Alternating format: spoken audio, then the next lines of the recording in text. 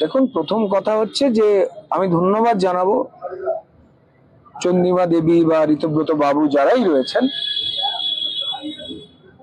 তারা এখনো পর্যন্ত মমতা বন্দ্যোপাধ্যায়ের আদর্শ ছেড়ে বেরোতে পারেনি। এটা আমার ব্যক্তিগতভাবে মনে হয়।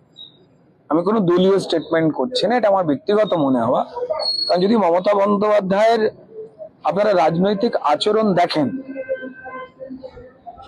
তিনি প্রথমে জোটবদ্ধ হন যার সঙ্গে বা যাদের সঙ্গে, তাদের থেকে উপকারটা নেওয়ার পর তাদের নামেই সব থেকে বেশি কথা বলেন, সব থেকে বেশি তাদেরই আক্রমণ করেন এবং তারপর তাদেরকে ব্যবহারের পর ছুঁড়ে ফেলে দেন।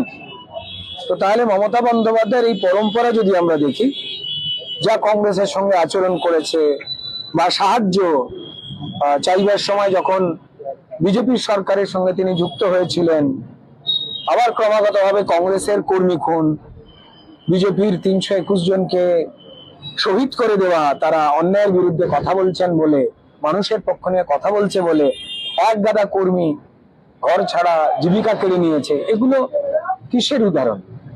ঠিক মমতা বন্দ্যোপাধ্যায় যে উদাহরণ বা যে নিয়ম নীতি তৈরি করেছিলেন, সেই নিয়ম নীতিতেই তার দলের চন্দ্রিমা দেবী হোক বা ঋতব্রত বাবুরা হোক বা ববি হাকিমেরা হোক বা কুণাল ডাক্তার বাবুরা হোক বা ধরুন আরো সব জাভেদ খান কবিরাজ হোক, তো তারা বিভিন্ন রকম ফলাফল দিচ্ছেন।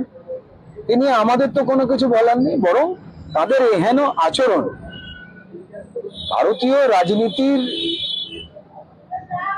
যে এত বড় একটা সমতা, শক্তি, সম্মান ছিল, সেইটাকে কোথাও একটা কলুষিত করছে। তাদের মালের দায়িত্ব আরোহী, তারা বুঝবেন।